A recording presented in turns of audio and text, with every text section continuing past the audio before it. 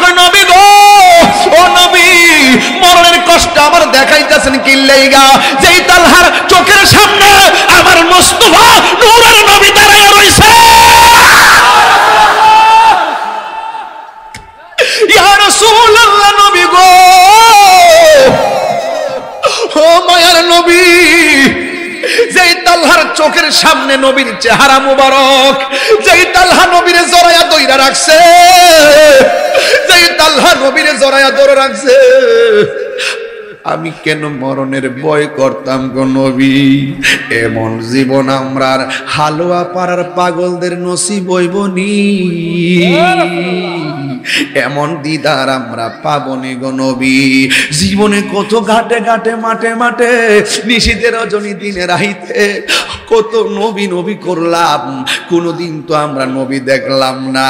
ইয়া রাসূলুল্লাহ উনজুর হালানা, ইয়া হাবিবাল্লাহ ইসমা ক্বালানা। খেয়ালে মদিনা, নয়নে মদিনা, হৃদয়ে মদিনা, বিবেকে মদিনা, দুই নয়নে মদিনা। নবীর জন্যই বাঁচবো, নবীর জন্য, নবীর মহব্বতকে কায়েম করতে লড়াই করব, সংগ্রাম করব, বাতিলদেরকে রাজপথে রুখে দিব। হক করে বলুন, ঠিক কি না বলে? সাহাবায়ে কেরাম রক্ত দিছে হকের জন্য। এই আয়াতটা যে দিছেন আমারে, এই আয়াতের আলোকে আমি আলোচনা করব। রক্ত দেওয়ার নাম ইসলাম। খানকার মধ্যে বসে থেকে তাসবিহ টিপার নাম ইসলাম নয়। কথা বলেন, ঠিক কি না বলেন? এই জন্য যুবক ভাইয়ের আমার, হক আর বাতিল কখনো এক হতে পারে না, ঠিক কি না বলেন ভাইয়ের আমার? এই জন্য মুসলমানদের সাথে কাফেরদের অনেক যুদ্ধ হয়েছে। কি হয়েছে? অনেক যুদ্ধ হয়েছে। এর মধ্যে প্রথম যুদ্ধটা ছিল বদরের যুদ্ধ। বদরের যুদ্ধ মুসলমান জিতেছে। কাফেররা প্রতিশোধের স্পৃহায় মেতে উঠে মুসলমানদেরকে ধ্বংস করে দেওয়া কিংবা বিলুপ্ত করার জন্য তারা দ্বিতীয় একটা ছক এঁকেছে। দ্বিতীয় যুদ্ধটা যেটা হয়েছিল সেটা ছিল উহুদের যুদ্ধ। জবানটা খুলে কোন কিসের যুদ্ধ? এই উহুদের যুদ্ধ হয়েছিল। এই উহুদের যুদ্ধে মুসলমানদের ৭০ জন শহীদ হয়েছিল, অসংখ্য তারা আহত হয়েছিল। আমার যুবক ভাইয়েরা জবানটা খুলে বলেন, হককে প্রতিষ্ঠা করার মানুষে আমরা রাজপথে রক্ত দিতে চাই কি চাই না? আরো বড় করে বলুন, চাই কি চাই না? রক্ত দিবেন ভালো কথা, কিন্তু স্বাধীনতা অর্জন করার চেয়ে স্বাধীনতা রক্ষা করা অনেক কঠিন। ধরে রাখতে হবে শুধুমাত্র সাহাবায়ে কেরাম ১৫০০ বছর আগে রক্ত দিয়ে ইসলামকে চিন্তা করে গিয়েছেন। আমরা শুধু সেই ঘটনা শুনলে চলবে না। আমরা সমাজের ভিতরে যখনই কোনো ধরনের বাতিল ইসলামের বিরুদ্ধে, নবীর বিরুদ্ধে, কোরআনের বিরুদ্ধে মাথাচাড়া দিয়া উঠবে, আমরা যার যার পীর মাশায়েখগুলো খানকা থেকে বের হয়ে রক্ত বিন্দুদেরকে নিয়ে তাদের দাঁত ভাঙা জবাব দিতে হবে। কথা বলেন, ঠিক কিনা ভাইয়ের আমার? এই জন্য এখনো সময় আছে, এখনো সময় আছে। আমাদের সকলকে সজাগ থাকতে হবে। তবে বাংলাদেশের এই ক্রাইসিস মুহূর্তে উলামায়ে কেরামদের একটা সুবর্ণ সুযোগ এসেছে। যদি তারা আগের মতন বাধা বিপত্তি দেয়, তাহলে যেই লাউ সেই কদু, বিভাজন থেকে যাবে। সবকিছুর ঊর্ধ্বে উঠে যদি সকল ইসলামী যে অনুসরণ করে যে দলগুলো সবাই যদি ঐক্যবদ্ধ হতে পারে, তাহলে নিশ্চয়ই ধর্মকে যারা ময়দানে লালন করে, ওয়াজ নসিহতের মাধ্যমে যে উলামায়ে কেরাম রাজপথে ময়দানে যারা হকের কথা বলে, আমার মনে হয় সে উলামায়ে কেরাম যার যার দল নিয়ে রাজপথ থেকে মসনদে যেতে পারবে। কথা বলেন, ঠিক কিনা? এই জন্য আমি বলবো, আপনারা আজকে থেকে ওয়াদা, আপনারা এমন কোন আচরণ করবেন না যে আচরণের দ্বারা শান্তিপ্রিয় মাধবপুর অশান্তির আগুন জ্বলে। কথা বলেন, ঠিক কিনা? এই জন্য আমরা সুন্নিরা শান্তিতে বিশ্বাসী। আমরা সুন্নিরা কিসে বিশ্বাসী? আমরা সুন্নিরা শান্তিতে বিশ্বাসী। আমরা মারামারিতে বিশ্বাস করি না। এই জন্য আমার যুবক ভাইয়েরা অনুরোধ করে বলবো, আল্লাহর ওয়াস্তে শুধু ওয়াজ শুনবেন না, শুধু ঘটনা শুনবেন না, আজকে চেতনা হিসাবে হৃদয়কে লালন করবেন। তাইলে দেখবেন কবরে, হাসরে, মিজানে, পুলসিরাতে আমার রাহমাতুল লিল আলামিন আপনার জন্য আপন হয়ে যাবে। কথা বলেন, ঠিক কিনা? এই জন্য যুবক ভাইয়েরা আমার, আল্লাহ রাব্বুল আলামিন কোরআনুল কারীমের মধ্যে বলেছেন, ইজ তুসঈদুন, যখন তোমরা আরোহণ করে যাচ্ছিলে। খুব খেয়াল দিবেন, আয়াত নম্বর 153, সূরার নাম সূরা আল ইমরান। এই আয়াতটুকু আমি পড়ে পড়ে অর্থগুলো অবতারণা করব, এরপরে আমি আপনাকে মূল ঘটনার দিকে নিয়ে যাব। আল্লাহ রাব্বুল আলামিন বলছেন, ইজ তুসঈদুন, যখন তোমরা স্মরণ করো সেই সময়ের কথা যখন তোমরা আরোহণ করে যাচ্ছিলে। ওয়ালা তালফুনা আলা আহাদিন, যখন তোমরা কারো দিকে ফিরে দেখছিলে না। ওয়ার রাসূলু ইয়াদউকুম, আল্লাহর হাবিব তোমাদেরকে ডাকছিলেন। ফি উখরাকুম, তোমাদের পেছন থেকে। ফাআসাবাকুম গাম্মান বিগাম্মিন, অতঃপর তোমাদের উপরে হতাশার উপরে হতাশা, তোমাদের উপরে দুঃখের উপর দুঃখ নেমে এসেছে। চিৎকার মেরে কি আল্লাহু আকবার বলবেন না? তোমরা আরোহণ করে যাচ্ছিলে, তোমরা আরোহণ করে যাচ্ছিলে, কারো দিকে ফিরেও তাকাচ্ছিলে না। এখন কোথায় আরোহণ করছিলে? কখন করছিলে? কারো দিকে ফিরেও যাচ্ছিলে না। কেন ফিরে তাকাচ্ছিলে না? এই কথাটা আমি বলবো। রাসূল তোমাদেরকে পেছন থেকে ডাকছিল, অনন্তর তোমাদের উপরে দুঃখ আর তোমাদের উপর দুঃখ আর দুঃখ গ্রাস করেছে। তবে রাসূল আল্লাহ রাব্বুল আলামিন বলছেন, তোমরা ঘটনা কি হয়েছে আগামীতে যদিও কোনো ঘটনা ঘটেনি, ওয়ালা মা আসাবাকুম, তোমাদের উপরে কোনো ধরনের মুসিবত উপনীত হয়নি। তোমরা এ ব্যাপারে দুঃখ করো না, তোমরা এ ব্যাপারে টেনশন করো না। তোমরা কেন এই জায়গাটা পরিবর্তন করেছিলে? এই জায়গা থেকে কেন একজন আরেকজনের ডাক শুনছিলে না? ওয়াল্লাহু খাবীরুম বিমা তা'মালুন, আল্লাহ রাব্বুল আলামিন সবকিছুই জানে। এখন জবানটা খুলে বলুন, আমাদের সবকিছু জানার ক্ষমতা একজনের। জবান খুলে বলেন তিনি কে? এই আওয়াজে মানি না, জোরে বলেন তিনি কে? এই জন্য যুবক ভাইয়ের আমার, এই হলো আয়াতের আয়াত, এই হলো আয়াতের অর্থ। আমি আপনাদেরকে একটা ঘটনার দিকে অবতারণা করব, তাইলে বুঝতে পারবেন ওই উপত্যকা কারা আরোহণ করেছিল, রাসূল কাকে কি বলছিল, এবং তারা কেন এই জায়গাটা ছেড়ে দিয়েছিল। রাসূল কেন দুঃখের উপরে দুঃখ তাদের উপরে কেন অনুভব করেছিলেন, কেন তাদের উপরে দুঃখের উপর দুঃখ আসলো। এক নম্বর দুঃখ আসলো যে এই যুদ্ধে তোমরা পরাজিত হয়েছিলে, এখানে তোমাদের অনেকেই শহীদ হয়েছিল, অনেকে কি হয়েছিল? শহীদ হয়েছিল। এবং আমাদের বিজয়টা তোমাদের এই পিছনের ফেরা না কারণে আমাদের বিজয়টা কি হয়েছিল? হাতছাড়া হয়ে গিয়েছিল। যদি তোমরা ধৈর্য ধারণ করতে, তাহলে এই মুসিবতটা তোমাদেরকে গ্রাস করতো না। তাহলে পরিষ্কার ভাষায় আপনারা বলুন, ধৈর্যশীলদের সাথে একজন আছে, জবানটা খুলে বলুন তিনি কে? আরো বড় করে বলেন তিনি কে? এই জন্য যুবক ভাইবার, এই মুহূর্তে যদি আমাকে কেউ আক্রমণ করতে আসে, কেউ যদি বলে সূরা আল ইমরানের 153 নম্বর আয়াতের অর্থ করতে বলেছে আপনাকে, এই আয়াতের অর্থ এখানে করা যাবে না, আপনারা কি মাঠ থেকে পলায়ন করবেন? পলায়ন করবেন? করবেন না। কারণ এই কোরআনের পক্ষে থাকতে হবে। এই বিধানটা মোল্লার নয়। জবানটা খুলে বলেন সেই বিধানটা কার? তো আল্লাহর বিধানের উপরে অবিচল থাকার নামই হলো সবর। যত তুফান আসুক, যত ঝড় আসুক, যাই আসুক না কেন, আমরা হকের পথ থেকে পিছপা হব না। এই হলো মোট সামারি। এবার আসেন একটু সামনে যাই। আল্লাহর হাবিব বলেন, আল্লাহ রাব্বুল আলামিন কোরআনের মধ্যে বলে দিয়েছেন, আমি আল্লাহ যারে ভালোবাসবো, আমি আল্লাহ তারে পরীক্ষা করব, ধন সম্পদ দিয়াও দেখায়াও পরীক্ষা করব, ধন সম্পদ কাইরা নিয়াও পরীক্ষা করব। আমি আল্লাহকে যারা মহব্বত করবে, আমি আল্লাহকে যারা ভালোবাসবে, আমি আল্লাহ রাব্বুল আলামিন তাদেরকে রোগ দিয়া পরীক্ষা করব, বিমার দিয়া পরীক্ষা করব। আল্লাহ রাব্বুল আলামিন কোরআনে বলে দিয়েছেন, ওয়ালা নাবলুওয়ান্নাকুম বিশাইইম মিনাল খাউফি ওয়াল জু'i ওয়া নাকসিম মিনাল আমওয়ালি ওয়াল আনফুসি ওয়াস সামারাত ওয়া বাশশিরিস সাবিরিন। আল্লাহ রাব্বুল আলামিন বলেন, আমি আল্লাহকে যারা ভালোবাসবে, ওয়ালা নাবলুওয়ান্নাকুম, তোমাদেরকে অবশ্যই পরীক্ষা করব, তোমাদেরকে আমি আল্লাহ ভয় দিয়ে পরীক্ষা করব, আমি আল্লাহ তোমাদেরকে অভাব দিয়ে পরীক্ষা করব, আমি আল্লাহ তোমাদেরকে নুকসান দিয়ে পরীক্ষা করব, আমি আল্লাহ তোমাদেরকে বিমার দিয়ে পরীক্ষা করব, আমি আল্লাহ তোমাদেরকে খোদা দিয়ে পরীক্ষা করব। এই সমস্ত পরীক্ষার মধ্যে যদি তোমরা ধৈর্য ধারণ করতে পারো, আল্লাহ রাব্বুল আলামিন কোরআনে বলে দিয়েছেন ওয়াবাশশিরিস সাবিরিন। আপনারা জবান খুলে কোন ধৈর্যশীলদের সঙ্গে একজন আছেন, জবান খুলে বলুন তিনি কে? এই আওয়াজে মানি না, জবান খুলে বলেন তিনি কে? ইন্নাল্লাহা মা'আস সাবিরিন।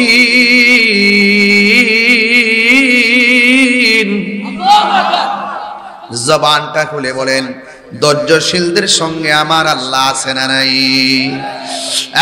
যুবক ভাইরা আমার, এই আল্লাহ বলছেন ইজি তুসঈদুন, যখন তোমরা আরোহণ করে যাচ্ছিলে, ওয়ালা তালফুনা আলা আহাদিন, যখন তোমরা পেছন দিকে কেউ কাহারো দিকে ফিরো দেখছিলে না, ওয়ার রাসূলু ইয়াদউকুম ফি উখরাকুম, আল্লাহর হাবিব যখন তোমাদেরকে পেছন দিক দিয়ে ডাকছিলেন, তোমাদেরকে পেছন দিক দিয়ে ডাকছিলেন, তোমরা সামনে চলে গিয়েছ, অথচ আমার নবী বলছে সাহাবায়ে কেরাম, কাফেররা ইসলামকে মুছে ফেলার জন্য, আমি নবীকে মেরে ফেলার জন্য ষড়যন্ত্র ছক এঁকেছে, এই রাস্তা দিয়ে আমাদেরকে যুদ্ধ করা লাগবে, এই জায়গার মধ্যে আমাদেরকে সব সময় দাঁড়ায় থাকা লাগবে, যত কিছুই আসুক না কেন তোমরা এই জায়গাটা কোনোদিন তোমরা কি করবে না, পরিত্যাগ করবে না, এই জায়গাটা ছাড়বে না।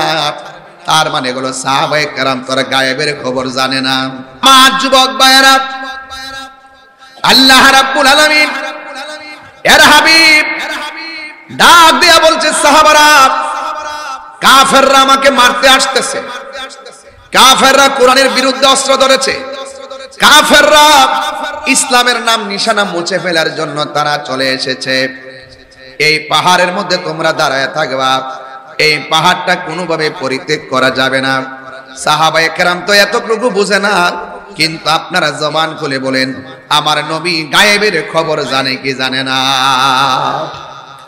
নবী গায়েবের খবর জানতো বলেই আমার নবী বলছে এই জায়গাটা ছাড়ো না।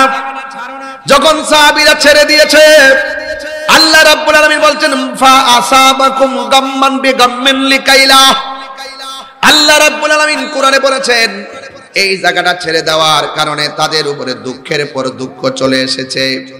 এখন প্রশ্ন হলো কোন জায়গাটা তারা ছেড়ে দিয়েছে? যেই জায়গার মধ্যে সাহাবায়ে কেরাম দাঁড়ায় ছিল, এই জায়গাটার ভিতরে আমি আমার আম্মারে লইয়া নিজে পায়ে হাইটা দেখে এসেছি। জোরে কোন সুবহানাল্লাহ। এই উপত্যকাটা কোন জায়গাটা? এই জায়গাটা আমি নিজে দেখে এসেছি, আমার মাকে নিয়ে গিয়েছি। ওই পাহাড়টার গোড়ার মধ্যে একটা সমান জায়গা আছে, ওই জায়গার মধ্যে অনেকগুলা কবুতর আছে, আমি আমার আম্মারে লইয়া কবুতরের আদার খাওয়ায় আসছি। ওই মাঠটার পাশে একটা কবরস্থান আছে, সুবহানাল্লাহ গণারে। আমি নিজে ওই জায়গা গিয়ে আসছি, আমার চোখে এখন ওই জায়গাটা ভাসতেছে, যে জায়গার মধ্যে রাসূল বলছিল তোমরা এখানে দাঁড়ায় থাকবা, যুদ্ধের জয় পরাজয় পরের কথা, আমার অর্ডার ছাড়া এই জায়গাটা ছাইরো না। যখন তারা ছাইরা দিছে, ওই গাম্মান ফি বেগাম্মিন, তাদের উপরে দুঃখের পর আরেকটা দুঃখ আইছে বলছে। এক নম্বর এই যুদ্ধের জয় হাতছাড়া হয়েছে, দুই নম্বর অনেকগুলা শহীদ হয়ে গেছে, এটাকে বলা হয় গাম্মান বেগাম্মিন। জোরে কন্যা সুবহানাল্লাহ। গভীর মনোযোগ। আমি বলেছিলাম যে এই পাহাড়টার কথা রাসূল বলছেন, এটা একটা পাহাড়। ওই জায়গার ভিতরে সাহাবায়ে কেরাম দাঁড়ায় রইছে। ওই পাহাড়টা আমি নিজে যায় উঠেছি। ওই পাহাড়ের গোড়ার মধ্যে সমতল একটা জায়গা আছে, ওই জায়গার মধ্যে আমি আমার আম্মারে লুটের বলে মা আসাবাকুম, যাই গটা ঘটছে এই গটার জন্য দুঃখ কইরো না, দুঃখ কইরো না। কেন? ওয়াল্লাহু খাবীরুম বিমা তা'মালুন, কেন কেন গেছো, কেন থাকছো, যাই হইছে না হইছে সবকিছু একজন জানে। জবানটা খুইলা কোন তিনি কে? এই জন্য যুবক ভাইয়েরা আমার, আল্লাহ রাব্বুল আলামিনের হাবিব ডাক দিয়া বলে সাহাবীরা চলো চলো আমরা একটা ময়দানে যাব। ওরা আমাদেরকে মারার জন্য নীল নকশা এঁকেছে। সাহাবায়ে কেরাম বলে ইয়া রাসূলুল্লাহ অর্ডার দেন, অর্ডার দেন, অর্ডার দেন, আপনার প্রেমে ময়দানে নেমে যাব। আমার নবী অর্ডার দিয়েছেন। সাহাবায়ে কেরাম যুদ্ধের ময়দানে যাওয়ার জন্য প্রস্তুতি গ্রহণ করেছেন। এই যুদ্ধের ময়দানে, যেই ময়দানে সাহাবায়ে কেরাম ছিল, ওই ময়দানের মধ্যে সবচাইতে বীরঙ্গনা বীর মহিলাদের মধ্যে অনেক মহিলা ছিল ওই ময়দানের ভিতরে, অত্যন্ত সাহসী। এই তিনটা মহিলার আলোচনা আজকে করব ইনশাআল্লাহ। ওই মহিলারা কত ধৈর্যশীল ছিল ওই মাঠের মধ্যে, এই বিষয়টা একটু আলোচনা করব ইনশাআল্লাহ। বলবেন না কেন? রাসূল পাকের একজন ফুফু ছিল, এটাও আমি বলবো ইনশাআল্লাহ। আলহামদুলিল্লাহ কোন সাদ ইবনে মুআজ, ওর মার একটা ঘটনা বলবো ইনশাআল্লাহ। ইনশাআল্লাহ কোন না? এই যুদ্ধের ময়দানে যদি সময়টা মিলাইতে পারি আর ওয়াদের ফিনিশিংটা যদি টানতে পারি ইনশাআল্লাহ। এই জন্য শুরু থেকে না ধরলে যুব সমাজ কিছু বুঝবে না, ঘটনা মাঝখান দিয়ে বললে বোঝা যায় না, শুরু লাগে। এই জন্য রাসূল ডাক দিয়ে সাহাবারা আমরা চলে যাব। ওরা বদরের যুদ্ধের প্রতিশোধ নেওয়ার জন্য আমাদের বিরুদ্ধে লেগে গেছে। তোমাদের হিম্মত আসেনি, তোমাদের শক্তি আসেনি, তোমাদের সাহস আসেনি। ইয়া রাসূলুল্লাহ, ইয়া হাবিবাল্লাহ, নবী গো, হয়তো আমাদের জীবনটা চলে যাবে, এরপরও আমরা কাফেরদের বিরুদ্ধে ময়দানের মধ্যে লড়ে যাব। এক মহিলা দৌড়ায় আসছে। আয়েশা ডাক দিয়া বলে ইয়া রাসূলুল্লাহ, ইয়া হাবিবাল্লাহ, নবী গো, আপনি শুধু মাত্র যাবেন, একলা নয়, মেহেরবানি করে আমরা মহিলারাও যাব। আমার নবী ডাক দিয়া কয় মা তোমার স্বামী আসেনি? রাসূলকে মহিলা ডাক দিয়া কয় ইয়া রাসূলুল্লাহ, স্বামী আছে। আল্লাহর হাবিব ডাক দিয়া বলে তুমি তোমার স্বামীর খেদমত করো। মহিলা স্বামীর খেদমতের জন্য চলে যাবেন। আর যাওয়ার সময় ডাক দিয়ে বলে নবী গো, ইয়া রাসূলুল্লাহ, নবী গো, কাফেররা আপনাকে মারার জন্য ছক এঁকেছে। ইয়া রাসূলুল্লাহ, নবী গো, ইসলামের নাম নিশানা মুছে ফেলার জন্য ছক এঁকেছে। ইয়া রাসূলুল্লাহ, আমার তো মন চাচ্ছে আমি যাব। ও ইয়া রাসূলুল্লাহ, আমাকে একটু নিয়ে যান না। ইন দি মিন টাইমে নবী ডাক দিয়ে কয় মা আপনি আপনার স্বামীর খেদমতে চলে যান।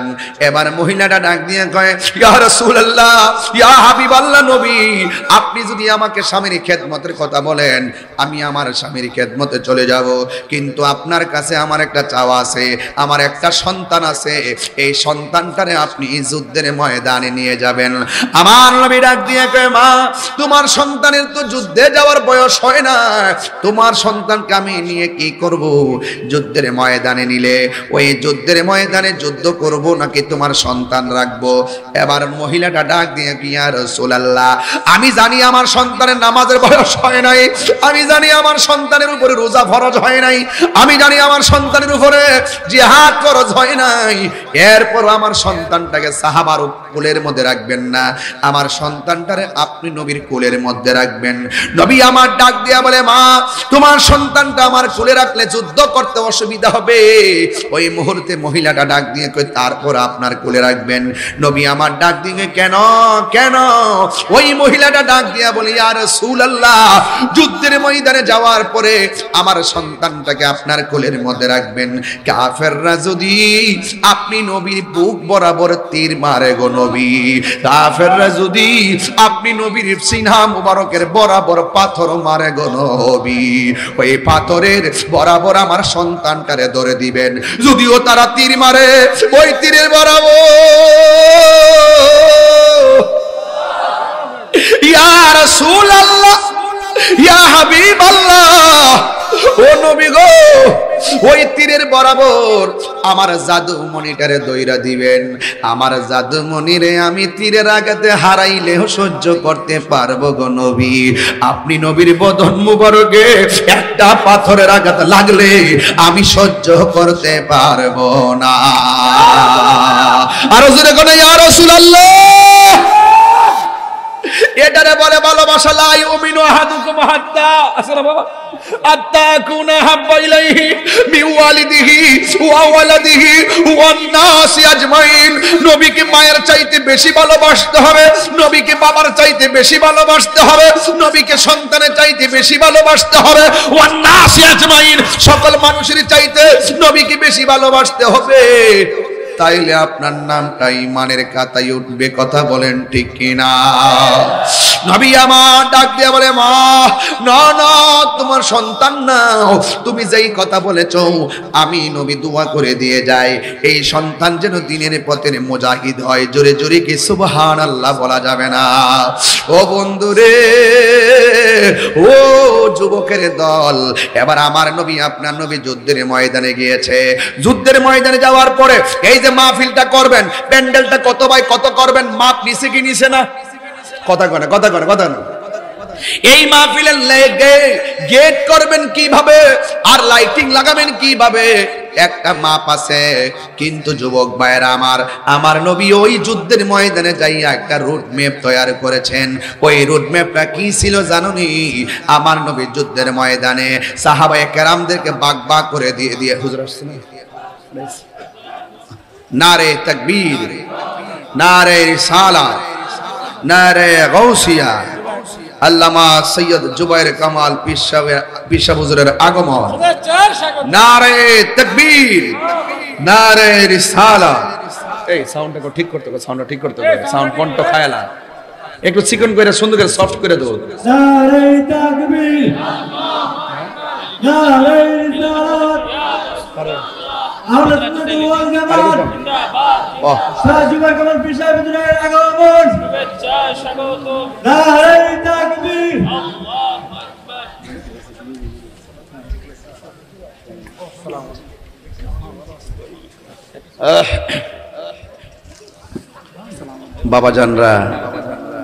বাবাজানরা আপনাদের কি কষ্ট হচ্ছে? আপনারা কি ঘুমিয়ে গেছেন? আমি যে আলোচনা করতেছি আপনাদের বুঝতে অসুবিধা হইতেছে? আমি কিন্তু আস্তে আস্তে জায়গায় চলে আসতেছি, ইনশাআল্লাহ। কর না কেন? তো শুরু থেকে না দিলে বুঝবেন না তো দেশটা কোথায় আর বাড়িটা কোথায়। কথা কন ঠিক কিনা? রোডম্যাপ ছাড়া কাজ করা যাবে?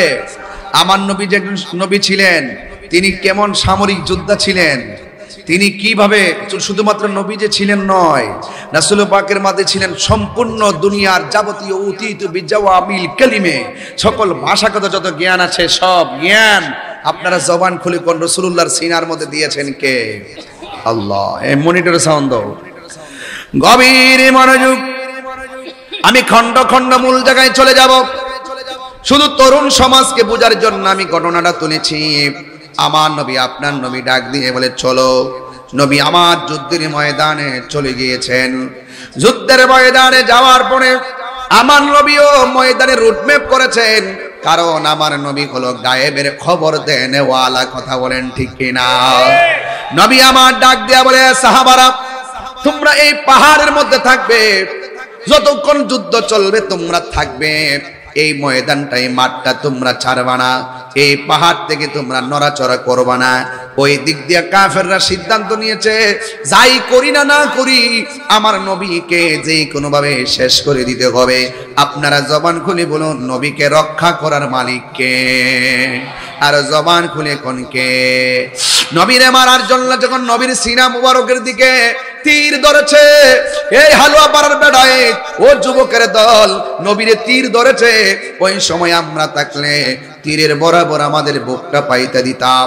ঠিকই ব্যতিক্রম করে নাই। ওই ময়দানে পাগলা একটা সাহাবী ছিল, ওই সাহাবীর নাম হলো হযরতে তালহা। ওই তালহা রাদিয়াল্লাহু তাআলা আনহু আমার নবীকে এমন ভাবে জড়ায়া ধরলেন। নবীরে যখন জড়ায়া ধরলেন, পিছন দিক দিয়া কাফেররা তীর মেরেছে। ওই তীরটা ইসা হযরতে তালহা রাদিয়াল্লাহু তাআলা আনহুর পিঠের মধ্যে লেগে গিয়েছে। ইন দি মিন টাইমে আমার নবী ডাক দিয়ে বলে, সাহাবীরা রে, ও সাহাবী তুমি আমাকে ছেড়ে দাও। এবারে সাহাবী ডাক দিয়ে বলে, ইয়া রাসূলুল্লাহ, আপনাকে তীর মেরেছে, আমার চোখের সামনে তীর এসে আপনার বদন মুবারকে লাগবে, এটা আমি তালহা সহ্য করতে পারবো না, এই জন্য আমি আপনার সিনা মুবারকের মধ্যে জড়ায়া ধরলাম।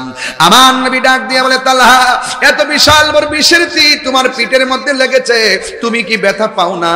তালহা ডাক দিয়ে কই, ইয়া রাসূলুল্লাহ, আমার ব্যথার কথা কেন শোনাইলেন? কথাটা বলতে দেরি আর একটা তীর তালহার কলিজা বরাবর লেগে গেছে। আমার নবী ডাক দিয়ে, তালহা, তুমি আমাকে ছেড়ে দাও, তোমাকে এমন ভাবে জড়াইয়া ধরেছে, তালহা তুমি কি ব্যথা পাও না?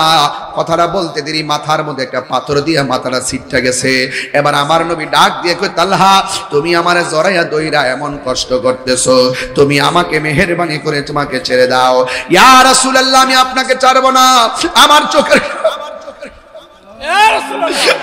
চোখের সামনে আপনাকে এমন ভাবে মারবে আর আমার সামনে আপনার বদন মুবারকে তীর লাগবে, আমি এটা সহ্য করতে পারবো না।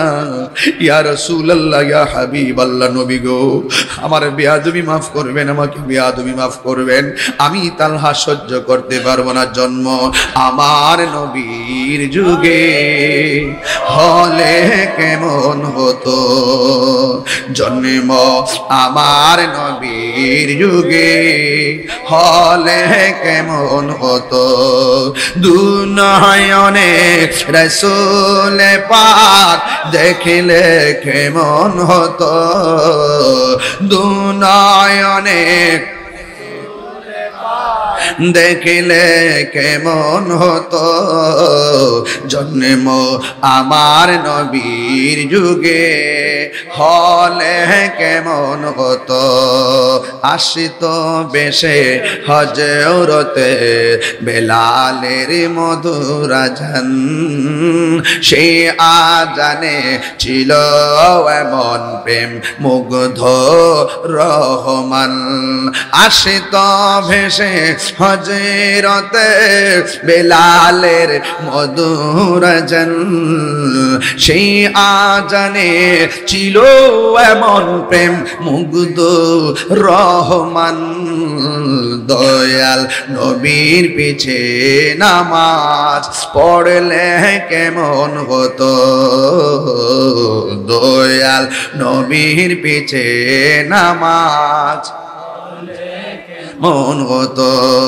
দুনয়নে রাসূল পাক দেখলে কেমন হতো,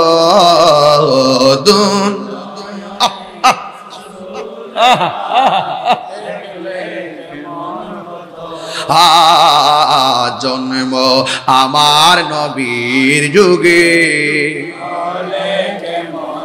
হায়রে, ও আমার হালুয়া পাড়ার বাবা, ওই সাহাবীর বডির মধ্যে তীর, আমার নবী বলে, তালহা তুমি কি ব্যথা পাও না? তালহা রাদিয়াল্লাহু তাআলা আনহু একটা মুচকি হাসি মারলেন। সুবহানাল্লাহ, কই না রে? আপনারা জবান খুলে বলেন, তীর খাইলে কি হাসি আসে নাকি? আমার নবী ডাক দিয়ে কয়, তালহা, এত বিষের তীর খাওয়ার পরেও তোমার মুখের মধ্যে কেন হাসি? আমিও যদি বলি, আপনাদের চেহারায় কেন এত হাসি? রাত্র গভীর হয়ে গেছে, কোন চোখের মধ্যে ঘুম নাই, মুখে ঠোঁটে শুধুমাত্র প্রেমের হাসি। আপনারা বলবেন, আমি নবীকে জানের চাইতে বেশি ভালোবাসি, ঠিক কি না বলেন? এবার আমার নবী বলে, তালহা, তুমি কেন আমাকে এমন ভাবে জড়াইয়া বিষের তীর লইয়া কেন তুমি হাসতেছ? এই তালহা ডাক দিয়ে, নবী গো, আপনি আমাকে ব্যথার কথা বলেছেন তাই আমি হাসতেছি। এবার এই কথা বলতে বলতে আমার নবী তো গায়েবের খবর দেয় নেওয়ালা, কথা কোন ঠিক কিনা? আমার নবী বলে, আমি সামনে যা দেখি পিছনেও তা দেখি, আমি নবী আগামী তো কি হবে সেটাও জানি, শুধুমাত্র তাই নয়, কিয়ামত পর্যন্ত কি হবে নাকি না হবে আমার নবী জানে কি জানে না। যুবক ভাইয়ের আমার, এই কথা বলার পর আমার নবী ডাক দিয়ে কই, তালহা, তোমার শরীর থেকে যেমনে রক্ত ঝরতেছে, আমার মনে হয় তুমি দুনিয়ার থেকে বিদায় হয়ে যাবে। তুমি মনে রাখো, তীরের আঘাতের চাইতে মরণের কষ্ট অনেক বেশি কষ্ট, মরণে মরণের চিঠি যখন আসবে আমার, কালিমার তালকিন দিও বারে বার, মরণের কোন আসবে আমার, কালিমার তালকিন দিও বারে বার, প্রাণ ভরে দেখব চেহারা তোমার, প্রাণ ভরে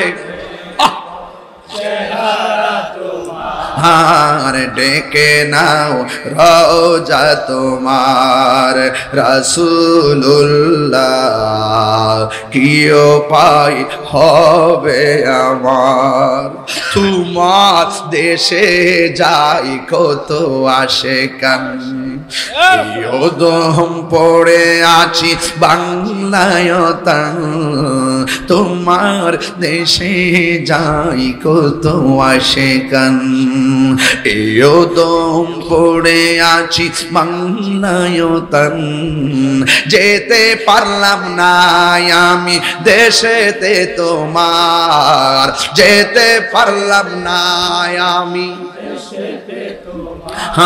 আর ডেকে নাও রওজা তোমার, রাসূলুল্লাহ কি উপায় হবে আমার, জোরে জোরে কি আল্লাহু আকবার বলা যাবে না? আমার নবী বলে, তালহা মরণের কষ্ট বড় কঠিন। তালহা মরণের কথা শুননা মুচকি মুচকি হাসে। আমার নবী কয়, তালহা মরণের কথা শুনলে সবাই চোখের পানি ফেলায় কান্দে, তুমি দিগো হাসতেছ, তার কারণটা কি? তালহা বলে, নবী গো, ও মায়ার নবী, দয়ার নবী, আপনি আমারে মরণের কষ্টের ভয় দেখাইছেন, এই জন্য আমি হাসতেছি। তালহা মরণের কষ্ট শুনলে কি কেউ হাসে নাকি? আমার তালহা ডাক দিয়ে কয়, নবী গো, আমি মরণের কষ্টের কথা ভাবতাম কেন? আমি তীরের কষ্টের কথা ভাববো কেন? তীরের আঘাতে ব্যথা পাবো কেন? আমার পিঠের মধ্যে যদিও লাগতেছে বিষের তীর, আমি তালহার বুকটা লাইগা রইছে রাহমাতুল লিল আলামিনের নূরানি বদন মুবারকের সঙ্গে। আল্লাহু আকবার। হে আমার আশিকিন জাকিরিন মুহিবিন বাবা আজিরারি,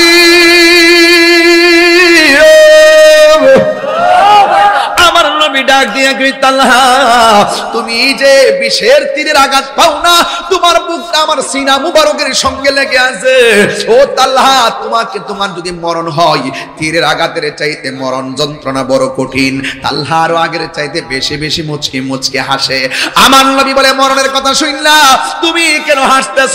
তালহা ডাক দিয়া কই, নবী গো, ও নবী, মরণের কষ্ট আমার দেখাইতেছেন কি লাইগা? যেই তালহার চোখের সামনে আমার মুস্তাফা নূরের নবী দাঁড়ায় রইছে। ইয়া রাসূলুল্লাহ, নবী গো, ও মায়ার নবী, যেই তালহার চোখের সামনে নবীর চেহারা মুবারক, যেই তালহা নবীর জড়ায়া দইরা রাখছে, যেই তালহা নবীর জড়ায়া ধরে রাখছে, আমি কেন মরণের ভয় করতাম গো নবী? এমন জীবন আমরার হালুয়া পাড়ার পাগলদের নসিব হইবনি, এমন দিদার আমরা পাবনি গো নবী। জীবনে কত ঘাটে ঘাটে মাঠে মাঠে নিশীথে রজনী দিনে রাইতে কত নবী নবী করলাম, কোনদিন তো আমরা নবী দেখলাম না। ইয়া রাসূলুল্লাহ উনজুর হালানা, ইয়া হাবিবাল্লাহ ইসমা ক্বালানা, ইয়া রাসূলুল্লাহ উনজুর হালানা, নবী গো তাকায়া দেখেন না, হালুয়া পাড়ার মানুষগুলা নবী নবী করলে কেমন পাগল হয়ে যায়। কিন্তু মদিনায় যাইতে পারে না, টাকা নাই। মদিনা যাইতে পারে না, পাসপোর্ট নাই। মদিনা যাইতে পারে না, বিমান ভাড়া নাই। কিন্তু এই হালুয়া পাড়া বইসা বইসা নবী নবী কইরা কান্দে। আগে ছিল 1.5 লাখ টাকা, এরপরে গেছে 3.5 লাখ টাকা, এখন হয়ে গেছে 6.5 লাখ টাকা। 6 লাখ টাকা তো আমরা 10 বছরও জমাইতাম পারি না। আমাদের মনটা তো মদিনায় যাইতে চাই, কিন্তু মদিনায় তো আমরা যাইতে পারি না। এখন আমাদের কি অবস্থা হবে? স্বাদ আছে, সাধ্য নাই। এ হালুয়া পাড়ার বেড়ায় ও যুবক ভাইয়েরা, ও মুরব্বী বাবারা, চিন্তা কইরেন না। আল্লাহর কসম করে বলি, এই হালুয়া পাড়া থেকে নবী নবী করতে থাকেন। মাঝে মাঝে রাতের বেলা উযু করবেন, উযু কইরা দুরূদ শরীফ পড়বেন। ডান কাতুয়া শুইয়া আল্লাহুম্মা সাল্লি আলা মুহাম্মাদিন ওয়া আলা আলি সাইয়্যিদিনা মুহাম্মাদিন নাবিয়্যিল উম্মি ওয়া আলিহি ওয়া সাহাবিহি ওয়া বারাক ওয়া সাল্লিম বিআদাদি কুল্লি শাইইন মালুমিল্লাত কামা তুহিব্বু রাব্বানা ওয়া তারদা। এইভাবে যদি ডান কাত হইয়া উযু কইরা 40টা দিন পর্যন্ত নবীর উপরে দুরূদটা মহব্বতে পয়রা পয়রা ঘুমায়া যান, দেখবেন টাকা না থাকতে পারে, পয়সা না থাকতে পারে, এই দুরূদের ঢঙ্কার কারণে আর মহব্বতের কারণে আপনারা জবান খুললা বলেন, আমার নবী হালুয়া পাড়ার প্রেমিকের বাঙ্গা করে আসার ক্ষমতা আছে না নাই? আর জবান খুলে কোন আছে না নাই? এই জন্য যুবক টেনশন করেন না, পায়ের মধ্যে হাত দিয়া বইলা দিয়া যায়, আমার নবীর ভালোবাসার নাম ঈমান। দিমিন টাইমে আমার নবী সাহাবায়ে কেরামদেরকে ডাক দিয়ে বলে, এ সাহাবারা, ওই যে পাহাড়টা দেখা যায়, ওই উহুদ পাহাড়টা তোমরা ছাইরো না। এই জায়গাটা ছাড়লে বিপদ হইতে পারে। তোমাদের যত ধরনের স্বর্ণ হোক না কেন, যত ধরনের কি হয় গনিমতের মালই হোক না কেন, যুদ্ধের জয় পরাজয় পরে কিন্তু এই জায়গাটা কোনোভাবেই ছাড়বা না। কিন্তু সাহাবায়ে কেরাম সেখানে দাঁড়ায় রইছে। মুসলমানদের মধ্যে সাহাবীরা যুদ্ধ শুরু করলো, আমার নবীও যুদ্ধ শুরু করলো। এমন ভাবে গিয়েছিল যে এই নবীর বদনে মশা মাছি বসে নাই, ওই নবীর বদনে তারা পাথর মেরেছিল, ওই নবীকে তারা রক্তাক্ত করেছিল, ওই নবীজি গর্তের মধ্যে পড়ে গেছে। কাফেররা বলছে, কুতিলা মুহাম্মদ, নবীজিকে মেরে ফেলা হয়েছে। জোরে জোরে কন্না নাউজুবিল্লাহ। এইরকম ভাবে তারা গুজব ছড়াইয়া দিছে। এই গুজব কিন্তু নতুন না, গুজব বড় পুরান জিনিস। এই জন্য যুবক ভাইরা, এক মহিলা একটা দৌড় মারছে, শাড়ির আঁচলটারে মাটির মধ্যে খেসরাইয়া দৌড় মারছে। একজন ডাক দিয়া কই, তুমি কোথায় যাও? কই, আমি যুদ্ধের ময়দানে যাই। কই, তোমার স্বামী তো যুদ্ধের ময়দানে শহীদ হয়ে গেছে। এই মহিলাটা কই, শুনলাম। এবার একটু সামনে গেল, এবার জিগাই, তুমি কোথায় যাও? কই, আমি যুদ্ধের ময়দানে যাই। কই, তোমার সন্তানটা তো শহীদ হয়ে গেছে। আবার সন্তানটার শহীদ হওয়ার খবর শুই না, আবার যখন সামনে চলে গেছে, উখরাকুম, রাসূল তোমাদেরকে পিছন দিক দিয়ে ডাকছিলেন নাকি? ঠিক আছে তো, পিছন দিক দিয়ে ডাকছিলেন, কিন্তু তোমরা পিছন দিক দিয়ে ফিরে না তাকাইয়া আসাবাকুন গাম্মান বেগাম্মিন লিখাইলান। এরপরে তিনি তোমাদেরকে দুঃখের উপর দুঃখ দেখেছেন, তোমাদের উপরে কেমনে? কই, তোমরা এই জায়গার মধ্যে রাসূল বলছেন দাঁড়ায়া থাকো, এই জায়গাটা ছাইরো না। তোমরা যখন জায়গাটা ছাইরা দিছো, তখন কাফেররা পিছন দিক দিয়ে তোমাদেরকে অ্যাটাক করেছে। যুবক ভাইয়ের আমার, দেখেন নেতার নেতৃত্ব, যিনি নেতৃত্ব দিবেন তার কথা মানতে হবে। কথা বলেন ঠিক কি না? আমার নবী হলো সাইয়্যিদুল মুরসালিন, আমার নবী হলো সরদার। এই সরদারের কথা মানতে হবে, কারণ সাহাবারা তো জানে না এই জায়গা থাকলে কি হবে আর ময়দান ছাইরা দিলে কি হবে। কারণ আমার নবী তো ভালো করে জানতো, এই জায়গা যদি ছাইরা দাও, যুদ্ধ বিজয়ের ধার প্রান্তে গেলেও আমরা বিজয়টা ধরে রাখতে পারবো না। এই জন্য যুবক ভাইয়েরা আমার, রাসূল বলছেন তোমরা দাঁড়ায়া থাকো। এই দিক দিয়ে নবী পাক সাল্লাল্লাহু তাআলা আলাইহি ওয়াসাল্লামকে দেখার জন্য হযরতে সাদ ইবনে মুআযের মা গেলেন নবীর কাছে। নবীর কাছে যাইয়া দেখে আমার নবী পাক সাল্লাল্লাহু আলাইহি ওয়াসাল্লাম একটা ঘোড়ার মধ্যে বসে আছে।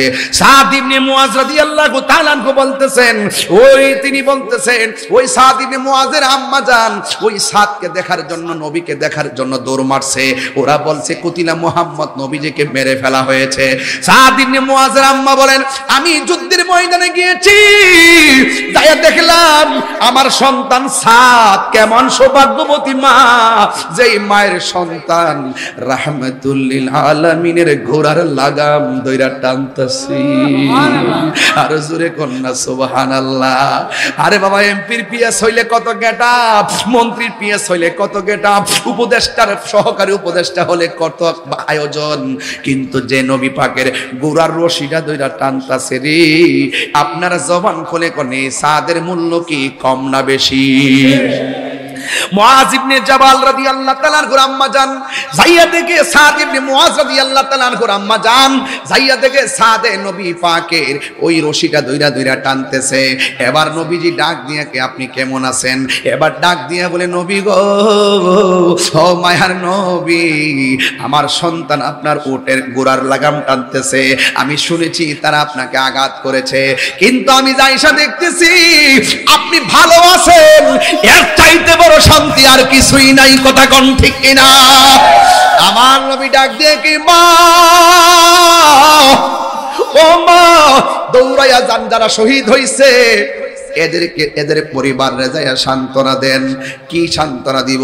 ডাক দিয়া কয় সাদের মা, আপনি যাইয়া যারা শহীদ হয়েছে এদের জন্য কোনো টেনশন করবেন না, আপনি এবং শহীদ গুলা জান্নাতে একসাথে থাকবেন। আর ওই তাদের পরিবারকে যাইয়া বলে দেন যারা উহুদের জমিনে শহীদ হইয়া গেছে, উহুদের জমিনে যারা শহীদ হইয়া গেছে, এই শহীদগুলো হাসরের ময়দানে যার যার পরিবারের জন্য সুপারিশ করবে। তাইলে বোঝা গেল হকের জন্য জীবন দিলে ওই রক্তের দাম কম না বেশি। এই জন্যই তো কলেন নবী সাল্লাল্লাহু তাআলা আলাইহি ওয়াসাল্লাম, ইয়াশফাউ ইয়াউমাল কিয়ামাতি সালাসাতুল আম্বিয়া সুম্মাল উলামা সুম্মা শুহাদা। হাসরের ময়দানে তিন শ্রেণীর মানুষ সুপারিশ করবে। এক প্রকার হলো নবীগণ, দুই নম্বর হলো আলেমগণ, তিন নম্বর হলো শহীদগণ। আপনারা জবান খুলে বলেন শহীদের রক্তের দাম কম না বেশি? আর জবান খুলে কোন কম না বেশি? এই জন্য যুবক ভাইরা, ওই মা আনন্দিত হইয়া গেছে যে এই মায়ের সন্তান আমার নবীর ঘোড়ার লাগাম ধরে টানতেছে। এই জন্য যুবক ভাইরা আমার, ইন দি মিন টাইমে সাহাবায়ে কেরামের ওই যুদ্ধের ময়দানে ওই নারীদের কেমন ধৈর্য ছিল। নবীর ফুফু দৌড়াইয়া গেছে ওই যুদ্ধের ময়দানে শহীদের লাশ দেখার জন্য। এক সাহাবী ডাক দিয়া কয় না, লাশ দেখা যাবে না, লাশ দেখা যাবে না। মহিলা ডাক দেখবে না, আমি দেখবই। কার লাশ দেখবা? কয় আমির হামজার লাশ দেখবো। আল্লাহু আকবার কর না কেন? আরে নবীর পাকের চাচা আমির হামজা যাদের দেহ মুবারক ক্ষত বিক্ষত কইরা ফলাইছে, কলিজা ভিতর থেকে বাইরে কইরা টাইনা টাইনা চাবায়া চাবায়া খাইছে। হায় রে, কি দিয়ে ওয়াজ বুঝামু?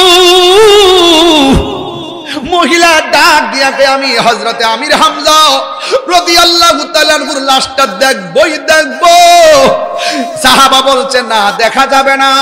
মহিলা হইয়া পুরুষের লাশ দেখা যাবে না। ওই মুহূর্তে মহিলাটা একটা ধাক্কা মাইরা কই না, আমি দেখবই। যখন সামনে গেছে তখন সাহাবী ডাক দিয়ে কই না না, দেখতে পারবেন না, কারণ আমার নবীজি নিষেধ করেছেন। যখন শুনছে নবী নিষেধ করেছেন, হাজার আবেগকে দাফন দিয়ে আর ধৈর্যের সাথে দাঁড়াইয়া গেছে। আর ধৈর্যশীলদের সাথে আমার আল্লাহ আছে না নাই? আর জোরে কন্যা আছে না নাই? এমন ভাবে ধৈর্যশীল ছিলেন তারা। এই জন্য যুবক, এই ময়দানের ভিতরে যখন নবীজি বলছেন সাহাবীরা রে, এই জায়গাটা তোরা ছাড়িস না, তোমরা এই জায়গাটা ছাড়বা না, ওই জায়গাটা যেই মাত্র ছাইরা দিছে রে, পিছন দিক দিয়া ওই যুদ্ধের ময়দানে খালিদ ইবনে ওয়ালিদ, যদিও তিনি পরবর্তীতে মুসলমান হয়েছে, একটা বীর মুজাহিদ হয়েছে, এর আগে তিনি কাফের ছিলেন। ওই খালিদ ইবনে ওয়ালিদ পিছন দিক দিয়ে এমন ভাবে মুসলমানদেরকে ধাও করছে, আর ওই মুসলমানরা মনে করছিল যুদ্ধে মনে হয় আমরা জিতে গিয়েছি, কিন্তু না না, গনিমতের মাল বাগাবাগি নিয়া যখন একটা নিজেদের মধ্যে একটা চিন্তা চেতনা জেগে উঠেছে, ওই মুহূর্তে যখন মুসলমানরা মনে করছে আমরা জিতে গেছি, অথচ আমার নবী বলছে জিতলেও এই জায়গা আমার অর্ডার ছাড়া ছাড়বা না, এই জায়গাটা দইরা রাখবা, কারণ নবী তো ভালো করে জানে এই জায়গা ছাইরা দিলে বিজয় যুদ্ধ বিজয়ের পথটাও ছিনায়া ছিনতাই হয়ে যাবে। কথা বলেন না ঠিক কিনা? এই জন্য যুবক ভাইরা আমার সংক্ষিপ্ত ভাবে একের পর এক ঘাট লাগাইয়া এই জায়গার মধ্যে আসছে শুধু বুঝাইবার জন্য। যুবক, এখন সময় এসেছে আমরা সমাজের ভিতরেও নেতা বানাইতে হইব। জোরে কোন ঠিক কিনা? এই সমাজের মানুষগুলো নেতার নেতৃত্ব মানতে হইব। কথা কোন ঠিক কিনা? এই সমাজের মানুষ, এই নেতা যদি রাজপথে যাইয়া রক্ত দেয়, আমরা যারা কর্মী আছি সেখানে আমরা রক্ত দেওয়া লাগবে। কথা কোন ঠিক কিনা? আজকে নির্দেশ না মানার কারণে, ওই ধৈর্য না থাকার কারণে উহুদের যুদ্ধ জয় আমাদের চিন্তায় হয়ে গেছে, সাময়িক পরাজয় বরণ করেছে। এই জন্য যুবক আমার, যুদ্ধ করবেন যাই করেন না কেন, নবী পাকের সিদ্ধান্ত মোতাবেক আপনাকে চলা লাগবে। এই জন্যই আল্লাহ রাব্বুল আলামিন কোরআনের মধ্যে বলে দিয়েছেন, ওয়াবাশশিরিস সাবিরিন, ধৈর্যশীলদের সঙ্গে আমার আল্লাহ রাব্বুল আলামিন আছেন। আর ধৈর্যশীলদের জন্য আমার আল্লাহ রাব্বুল আলামিন জান্নাতের শুভ সংবাদ দিয়েছে। কথা বলেন ঠিক কিনা? এই জন্য যুবক আমরা, আল্লাহর হাবিব যদিও সাহাবায়ে কেরাম জায়গা ছাইরা দিছে, কাফেররা যদিও যুদ্ধটা সাময়িকের জন্য ছিনাইয়া নিছে যুদ্ধের বিজয়টা, এরপর আমার আল্লাহ রাব্বুল আলামিন কোরআনে বলেছেন, ওয়ালা মা আসওয়াবাকুম, কিন্তু তোমরা এর জন্য দুঃখ কইরো না। এখন কেউ যদি বলে সাহাবারা নবীর কথা অমান্য কইরা কেন ছাইরা দিছে, সাহাবারা বেঈমান হয়ে গেছে, এই কথা ধারণা করা যাবে না। এই জন্য আল্লাহ পাক রব্বুল আলামিন কোরআনে বলেছেন, ওয়ালা মা আসওয়াবাকুম, যুদ্ধে যা হয়েছে, যা ঘটেছে, আগামীতে যা হয়নি, যা কিছু আছে সব কিছু নিয়ে তোমরা আর চিন্তা করো না। কিন্তু তোমরা কেন গিয়েছো, কেন থেকেছো, যা কিছু হয়েছে, ওয়াল্লাহু খাবীরুম বিমা তা'মালুন, আল্লাহ রাব্বুল আলামিন সব বিষয় সম্পর্কে জানার ক্ষমতা আছে না নাই? তাইলে আওয়াজ করে বলুন, আমরা সেই নবীর কথা মানতে চাই কি চাই না? আমরা সেই নবীর নির্দেশ মানতে চাই কি চাই না? কারা কারা মানতে চান দুই হাত তুলে দেখান। এই জন্য নবীর জন্য ভালোবাসবো, নবীর জন্যই জীবন দিব। এই বসো, নবীর জন্য জীবন দিব। রাজি আসেনি রে বাবা? এই পোলাপান রাজি আসেনি?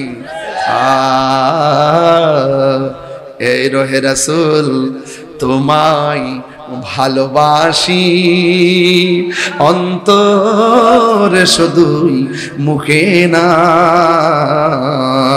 জান্নাতের আশায় নয় হে রাসূল, জাহান্নাম কেউ ডরি না।